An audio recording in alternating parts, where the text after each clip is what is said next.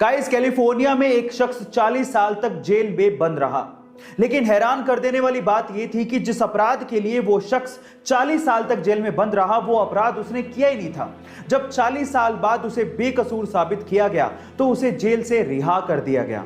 लेकिन उस 40 सालों का क्या, उसका खामियाजा कौन भुगतेगा?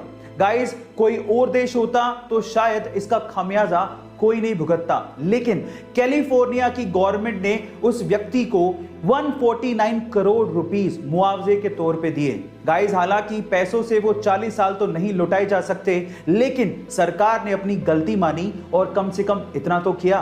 गाइस, आपका इसके बारे में क्या ख्याल है, चैट सेक्शन में जरूर लिखिएगा। मात्र 17 साल के हैदराबाद के सिद्धार्थ मंडल ने इतनी छोटी सी उम्र में कुछ ऐसा कर दिखाया है जिसे सुनने के बाद आप लोगों को भी प्राउड फील होगा। गाइस, सिद्धार्थ ने एक चप्पल बनाई है जिसे उसने इलेक्ट्रो शू का नाम दिया है।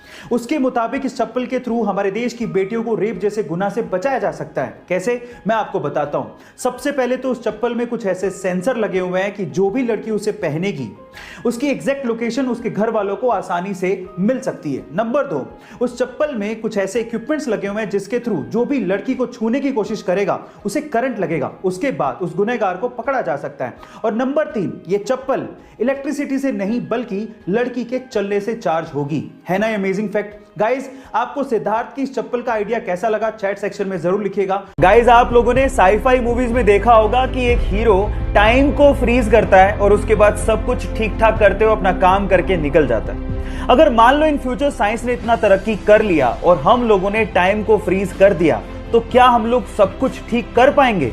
नहीं। साइंस की भाषा में अगर मैं आप लोगों को जवाब दूं तो टाइम फ्रीज करते ही हम अंधे हो जाएंगे, क्योंकि हम लोग देख तभी पाते हैं जब लाइट के फोटोन हमारी रेटिना पर टकराएं। लेकिन अगर हमने टाइम को फ्रीज कर दिया तो ये लाइट के फोटोन भी फ्रीज हो जाएंगे और हम लोग कुछ देख नहीं पाएंगे, बिल्कुल अंधे हो जाएंगे। क्या आप ये साइंस का फैक्ट इससे पहले तक जानते थे? और अगर नहीं जानते थे तो चैट सेक्शन में लिखना मत भूलिएगा। इस दुनिया में ऐसे बहुत सारे इन्वेंशन हुए हैं जो कि थे तो बहुत यूजफुल, लेकिन गलत हाथों में पड़ने की वजह से वो मिट्टी में मिल गए। उन्हीं में से एक डिवाइस था कार ग्लास ब्रेकिंग डिवाइस। एक छोटा सा डिवाइस जो कि टंगस्टन कार्बाइड का बना हुआ था, जिसे ऑन करने के बाद आप जैसी कार के विंडो पर लगाते थे उसमें से इतने वाइब्रेशन पैदा होते थे कि कांच चुटकियों में टूट जाता था।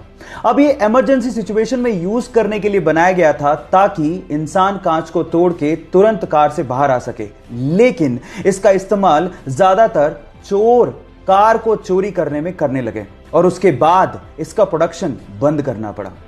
क्या मेरी तरह आपको भी यह लगता है कि यह डिवाइस अगर होता तो बहुत काम आ सकता था? चैट सेक्शन में लिखना मत भूलिएगा। गाइस, भगवान ने ना इंसान नामक एक बहुत ही गजब की मशीन बनाई है। कैसे?